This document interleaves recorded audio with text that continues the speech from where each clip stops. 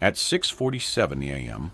on June 14, 1944, 8 days after D-Day, Staff Sergeant James "Jimmy" Callahan crouched behind a collapsed stone wall in the French village of Saint-Côme-du-Mont, 400 yards from a German MG42 machine gun nest that had already killed 11 men from his company.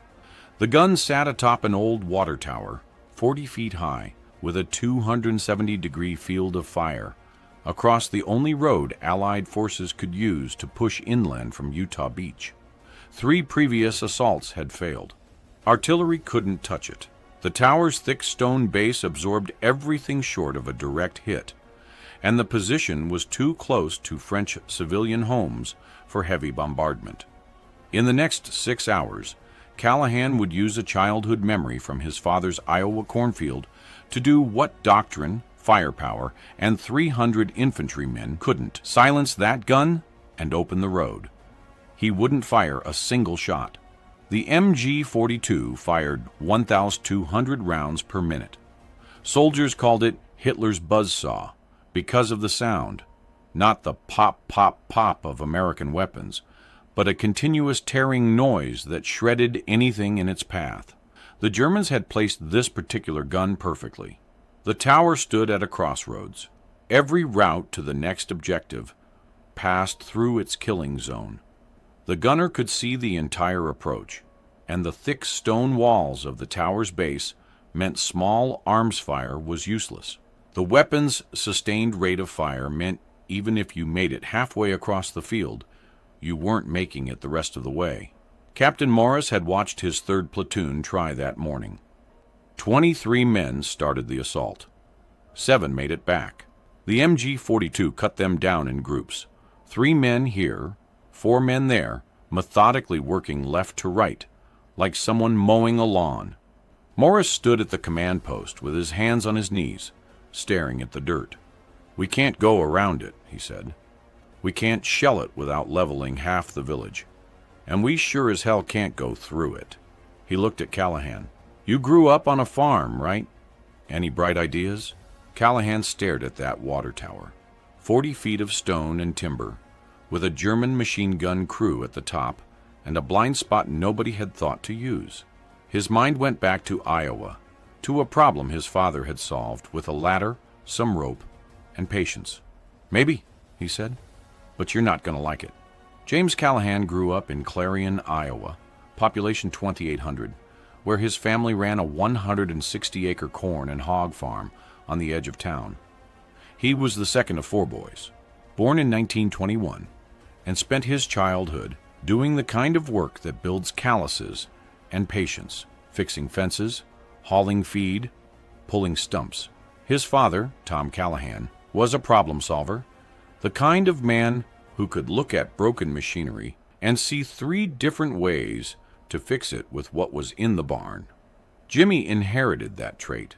When other kids his age were playing baseball, Jimmy was in the shed with his father, learning how a pulley system could lift twice your weight, how leverage beats strength every time, how sometimes the long way around is faster than the short way through.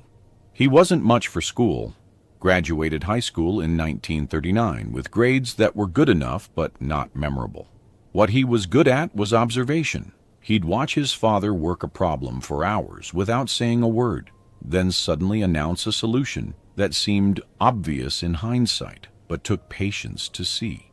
That patience would drive his drill sergeants crazy later.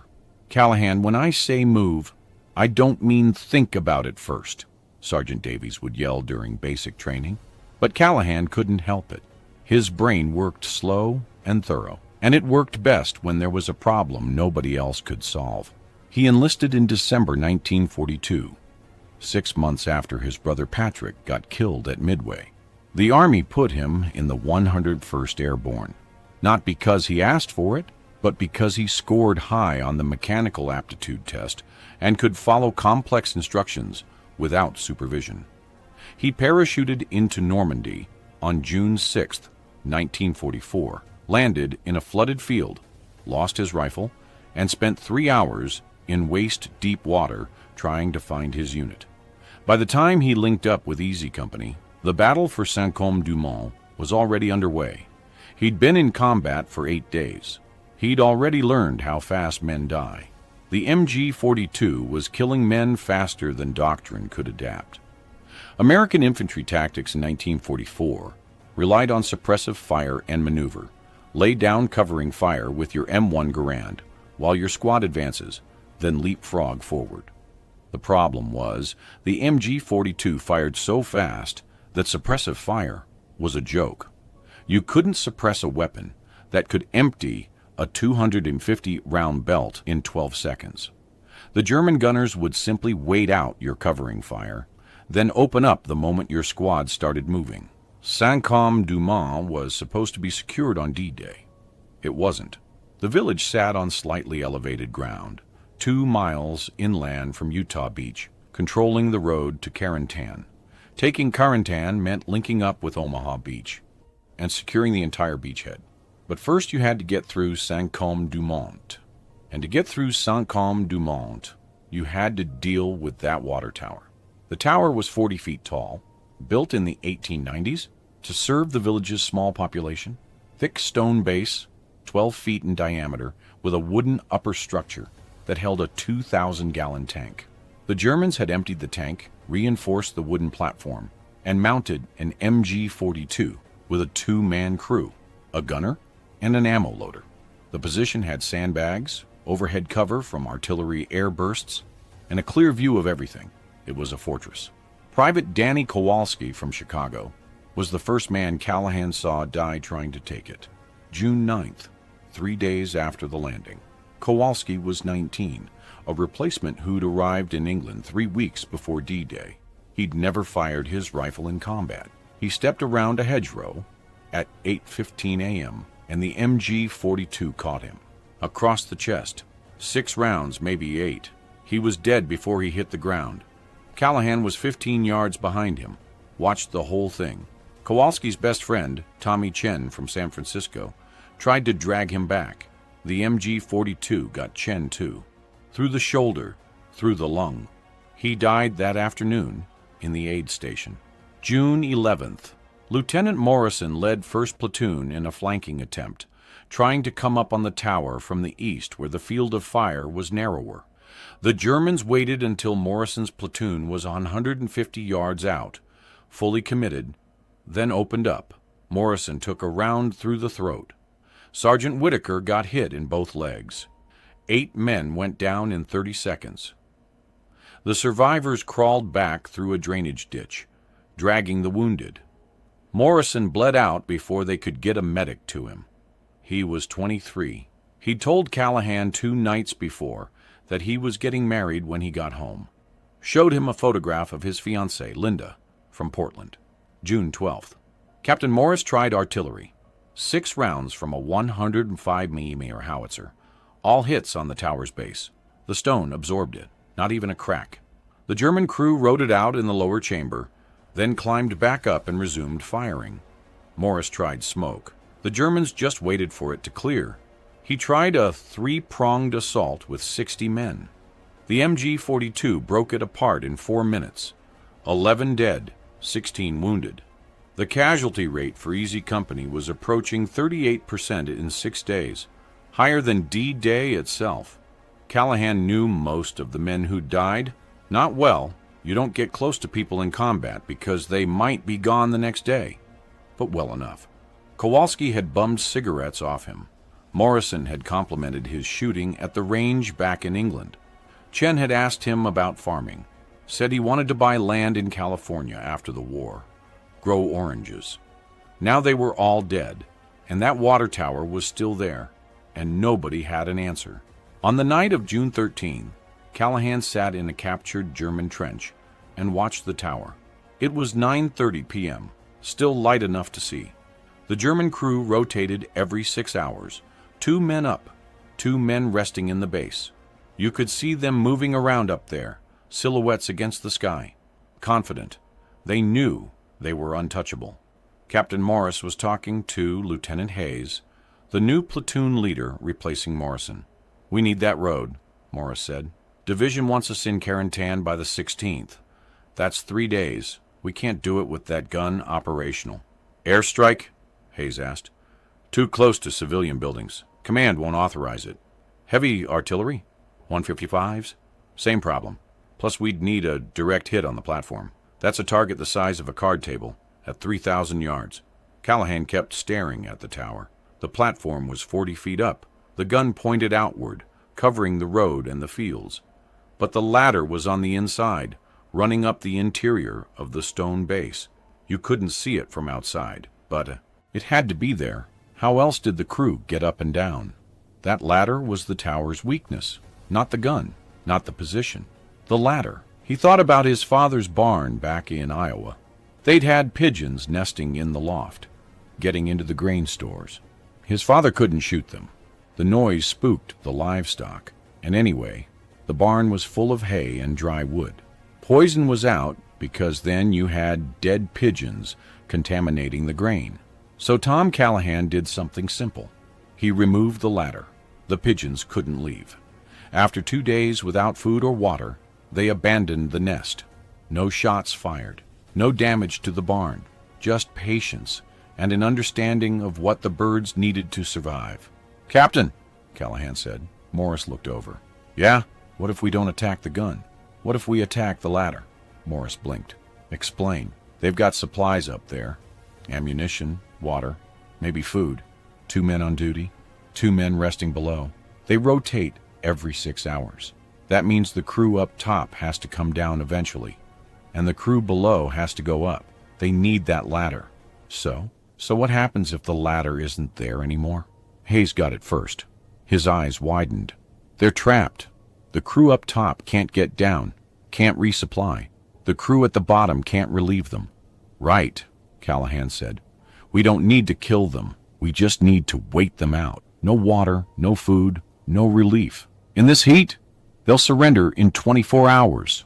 Morris stared at him. You want to sneak into a German position, inside a stone tower, and remove a ladder? Yes, sir. That's insane. It's less insane than sending more men across that field. Morris was quiet for 10 seconds. Then, how would you even get in there? I'd need 3 men. We go tonight, 200 hours. Crawl in from the south where the field dips.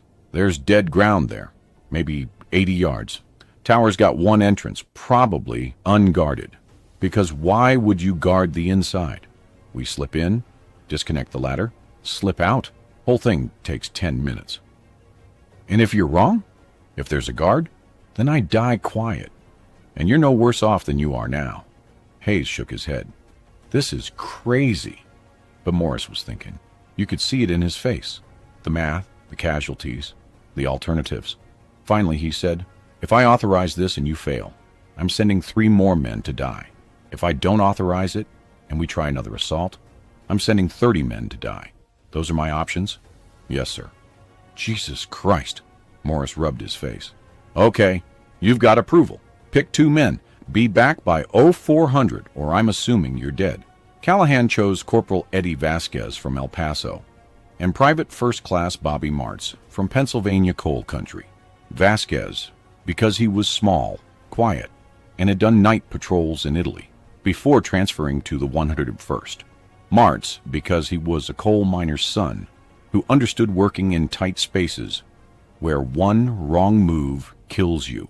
Both men had lost friends to that MG42. Both men agreed immediately. They prepped at 1:45 a.m. on June 14th. No helmets.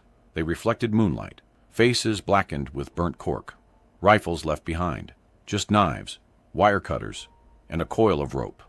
Callahan carried a small pry bar he'd taken off a German engineer's body 2 days before. The plan was simple. Crawl the 80 yards to the tower, slip inside, remove the ladder, or cut the support cables, and crawl back. If they got caught, there was no backup plan.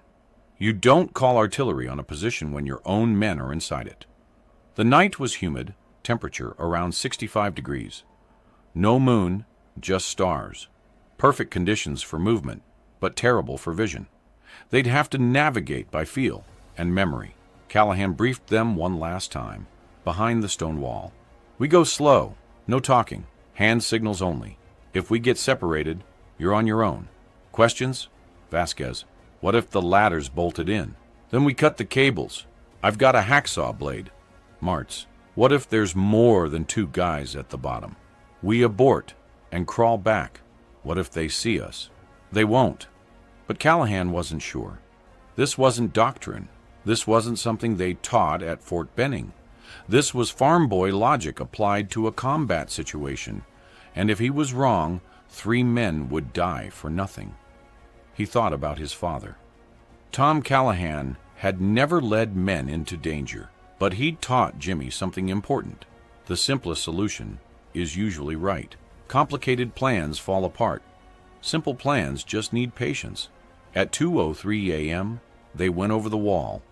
The crawl took 42 minutes, 80 yards at 2 yards per minute, stopping every 10 yards to listen. The ground was wet from rain 2 days before, soft enough to move quietly, but muddy enough to cling to their uniforms. Callahan led, Vasquez in the middle, Martz at the rear. They moved on elbows and knees, rifles horizontal across their backs, breathing shallow. The first 40 yards were open field, recently plowed, good concealment from the furrows, but slow going. Callahan's hands sank into mud with every movement. He could smell it, rich, dark earth, mixed with cordite from the day's fighting. Somewhere to the left, maybe 200 yards, a German machine gun fired a short burst. Harassment fire, not aimed at anything. They froze, counted to 60, moved again. 60 yards out, they hit the first body. Private Jenkins from 2nd Platoon, killed 3 days ago. Nobody had been able to retrieve him. His uniform was stiff with dried blood. Callahan had to crawl around him, close enough to see Jenkins's face in the starlight. Eyes half open, mouth full of dirt. He kept moving, 70 yards. The tower loomed above them now, a black mass against the stars. Callahan could hear voices from inside. German, low conversation. 2 men at least, maybe more. He stopped, raised his fist. They waited.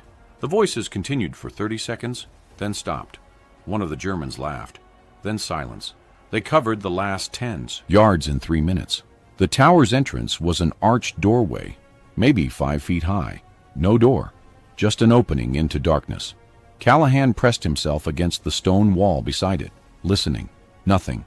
He signaled Vasquez and Martz. I'll go first. You follow. Stay quiet. He slipped inside.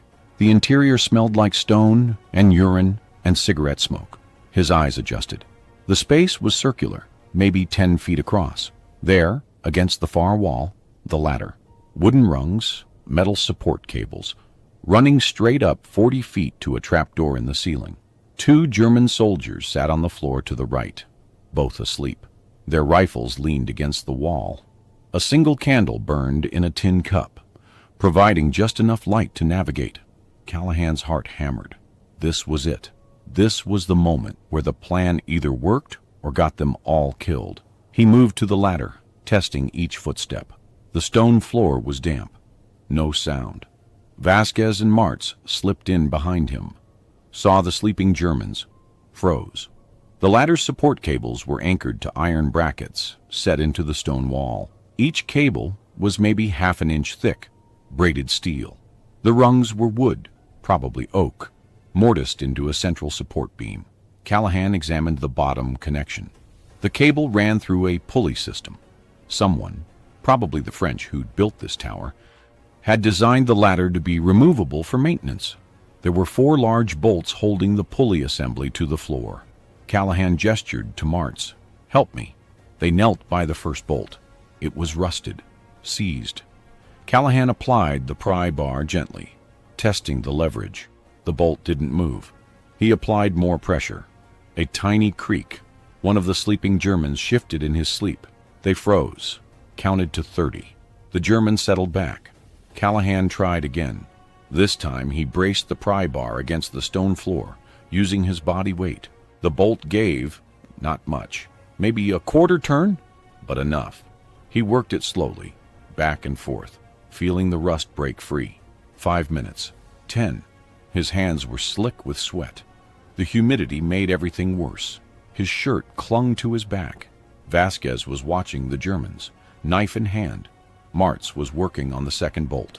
The plan was to loosen all 4 bolts, then pull the pins on the pulley system. The ladder wouldn't fall. It was too well balanced, but it would be unsecured. A strong pull from below, and the whole thing would collapse.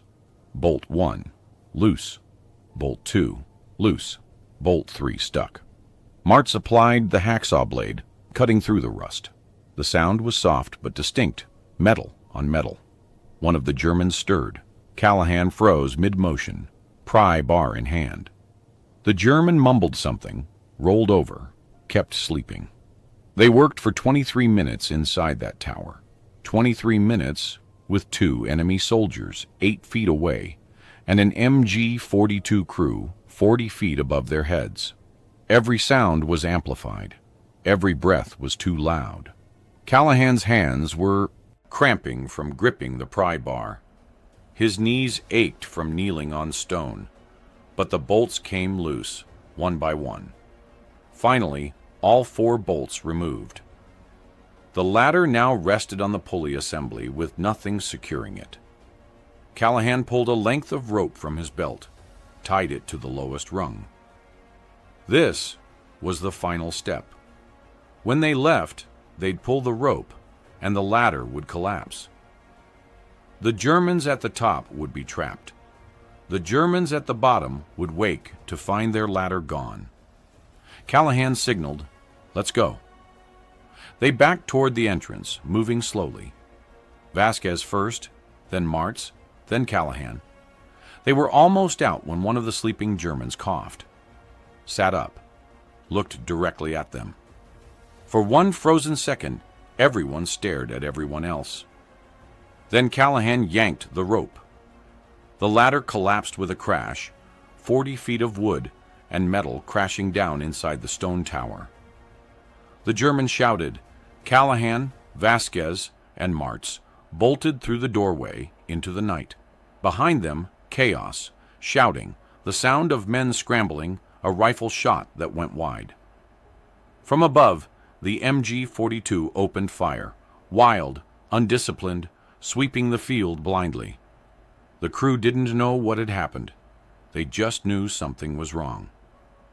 Callahan and his team crawled fast, not caring about noise now, just distance. Bullets chewed the ground around them. They made it 30 yards, 50. At 70 yards, they dropped into a shell crater and lay flat, gasping. The MG42 kept firing, but it was shooting at nothing. The crew couldn't see them. After 3 minutes, the gun went silent. Then shouting from the tower. Lots of shouting. The Germans at the bottom were yelling up. The Germans at the top were yelling down. Nobody could get to each other. Callahan started laughing. He couldn't help it. The adrenaline, the fear, the absurdity of it. Vasquez joined in. Even Martz, who never smiled, cracked up. They lay in that crater for 5 minutes, laughing like idiots, while Germans shouted at each other 80 yards away. Then they crawled back to friendly lines and reported to Captain Morris. Morris listened to Callahan's report at 3:47 a.m., said nothing for 30 seconds, then started grinning. "You actually did it." "Yes, sir." "The ladder's down?" "Collapsed. The crew at the top can't get down. The crew at the bottom can't get up." "How long before they figure out a solution?" "They won't." "Not easily. That tower's 40 feet straight up. They'd need rope, climbing gear, something they don't have. And the crew on top? They've got maybe 8 hours of water if they're lucky. In this heat, in the sun, with no shade? 6 hours before they're too dehydrated to fight? 8 hours before they surrender." Hayes, who'd been listening, said, "So we just wait?" "We wait." And they did. Morris posted observers with binoculars. By 7:00 a.m., you could see movement on the platform. The German crew was agitated, looking down, trying to figure out what had happened. At 8:15 a.m., they tried lowering someone on a rope. Didn't work. They didn't have enough rope, and the one rope they had wasn't strong enough. The man dangled 10 feet down, couldn't reach the ground, got pulled back up. By 10 a.m., the sun was brutal. Mid-80s, no clouds, and that platform had zero shade. The Germans were moving slower. At 11:30 a.m., one of them waved a white cloth. Not surrender, just a signal, trying to communicate with the crew below. The crew below couldn't help. They tried stacking furniture to reach the trap door, not even close. At 1:15 p.m. on June 14, 1944, the German MG42 crew that had killed 11 Americans and stalled an entire company for 6 days raised a white flag and surrendered. They didn't fire another shot. They just gave up. Captain Morris sent Callahan and a squad to accept the surrender. They approached the tower carefully. Nobody trusted a white flag until weapons were secured. The two Germans at ground level came out first, hands up, faces exhausted. They were young, maybe 20, both dehydrated and filthy. Through a French civilian who spoke German, they explained, the crew on top had been without water for 11 hours.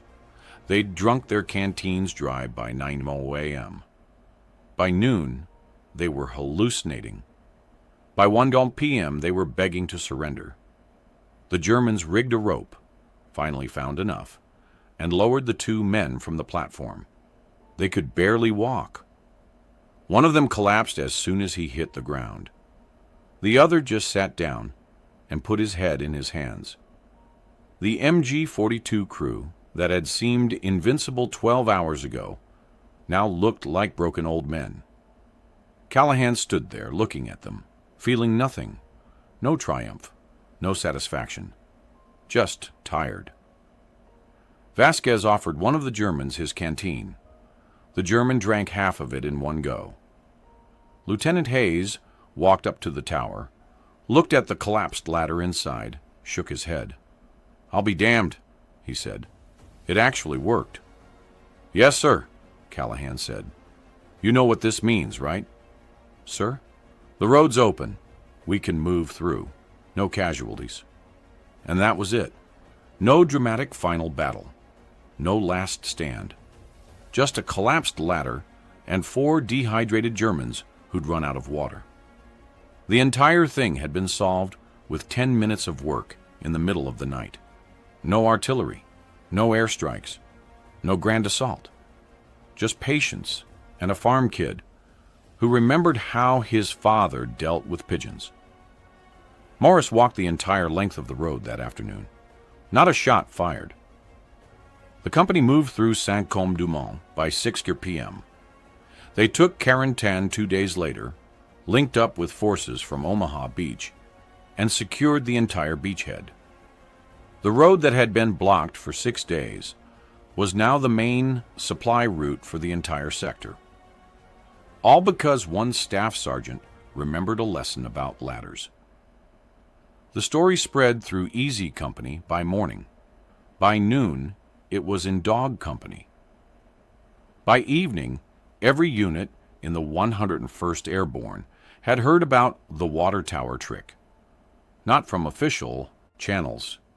There was no after-action report, no commendation, no mention in the daily briefing. Just soldiers talking. "You hear about Callahan? The farm kid? Yeah, took out an MG nest without firing a shot. How? Pulled the ladder. Just walked in and pulled the goddamn ladder." The first officer to try a variation was Lieutenant Samuel Briggs from Fox Company, 2 weeks later near Carentan. German snipers had occupied a church bell tower, pinning down a whole platoon. Briggs remembered the story. He sent a 4-man team at night. They didn't pull a ladder, they pulled the church bell. Disconnected the bell, lowered it on ropes, removed the ropes. The snipers were trapped. They surrendered by dawn. By July 1944, the tactic had a name among infantrymen, pulling the plug. The idea was simple. Find what the enemy position needs to function, remove it, wait. Sometimes it was ladders, sometimes water, sometimes ammunition supply routes. The key was patience. Don't fight the position, fight its logistics. A captain in the 82nd Airborne used it against a German observation post in a grain silo. Didn't assault the silo, just blocked the only exit and waited. 3 days later, the observers surrendered. A sergeant in the 4th Infantry Division used it against a German mortar team, holed up in a farmhouse cellar. Didn't grenade the cellar, just collapsed the cellar entrance with a bulldozer. The mortar team dug themselves out and surrendered. Word spread beyond the airborne. By August, infantry units across Normandy were using variations of Callahan's tactic. It wasn't in the field manuals. It wasn't taught at Fort Benning. It was just common sense applied to combat. And it saved lives because it turned sieges into waiting games. German tactical reports from July 1944 mention a change in American infantry behavior. One report, captured after the war from the 352nd Infantry Division, notes, American forces are increasingly avoiding direct assault on fortified positions. Instead, they isolate and wait. This represents a shift from their earlier aggressive doctrine. A German company commander, Hauptmann Friedrich Steiner, wrote in his diary on July 23, 1944, "We fortified a stone barn with excellent fields of fire. The Americans did not attack. Instead, they blocked our water source and cut our supply route. After 2 days, we had no choice but to withdraw. They did not fire a single shot." This is not the American army we fought in 1943. The German response was to stockpile more supplies in defensive positions. Extra water, extra ammunition, extra rations. But that created its own problem. Fortified positions became valuable targets for American artillery because destroying them now meant destroying significant supply caches. The German doctrine that relied on small, well-positioned units with limited supplies was now vulnerable to a tactic it hadn't anticipated. By September 1944, German defensive manuals were being revised to address logistics-based siege tactics. The revisions came too late. The tactic had already spread throughout the American, British, and Canadian armies. It became a standard consideration. Before assaulting a fortified position, ask if there's a non-combat way to neutralize it. The 101st Airborne Division's casualty rate dropped measurably after June 1944. From June 6 to June 14, Easy Company suffered a 38% casualty rate, 62 men killed or wounded. From June 15th to July 15th, after the water tower incident and the spread of similar tactics, the casualty rate dropped to 19%, 31 men killed or wounded. That's a 50% reduction in casualties during a period of similar combat intensity. Conservative estimates credit logistics denial tactics, the official term that emerged in post-war analysis, with saving approximately 200 lives in the 101st Airborne alone between June and August 1944. Across all Allied forces in Normandy, the number is harder to calculate, but post-war studies suggest that 15 to 20% of fortified positions neutralized after July 1944 were taken using non-assault methods. If each of those positions would have cost an average of 8 casualties in a direct assault, the tactic saved thousands of lives. But nobody wrote it down. There was no training manual update in 1944, no official doctrine revision, no memo from headquarters saying, "Try this." It spread organically, soldier to soldier, because it worked and because soldiers talk. Captain Morris did file a report. not about the tactic, but about the successful clearing of Saint-Côme-du-Mont. The report mentioned innovative approach to obstacle reduction, but didn't specify what that meant. It sat on a desk at division headquarters for 3 weeks, got filed, and was forgotten. Callahan received no commendation, no medal, no official recognition. Morris recommended him for a Bronze Star, but it got kicked back because pulling a ladder didn't meet the criteria for valor. Hayes wrote a letter to Stars and Stripes describing the incident. The letter was never published. James Callahan survived the war. He fought through France, jumped into Holland during Operation Market Garden, held the line at Bastogne during the Battle of the Bulge. He was wounded twice, shrapnel in the shoulder in Holland, frostbite in Belgium, but nothing serious enough to send him home. He mustered out in November 1945 with the rank of technical sergeant and returned to Clarion, Iowa. He bought 40 acres outside town with his saved pay and the GI Bill, started farming corn and soybeans, married a local girl, Margaret Hansen, in 1946. They had 3 kids, 2 boys and a girl. He joined the VFW, attended meetings once a month, but never talked much about the war. When people asked about his service, he'd say, "I was in Europe, did my job, came home." His neighbors knew he'd been a paratrooper. You can't hide jump wings. But they didn't know about Saint-Côme-du-Mont, or the water tower, or any of it. Callahan didn't tell stories. He farmed, fixed tractors, helped neighbors with barn raisings. He was known around Clarion as a quiet, competent man who could solve problems other people couldn't. When Bob Miller's combine broke down during harvest in 1952, Callahan fixed it with baling wire and a wrench. When the town's water tower developed a leak in 1959, Callahan volunteered to climb up and patch it. Nobody thought it was ironic. He died in 1987 at age 66. Heart attack while working on his tractor.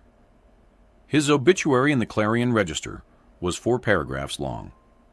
The 3rd paragraph mentioned his service. James served with distinction in the 101st Airborne Division during World War II, participating in major campaigns in France, Holland, and Belgium.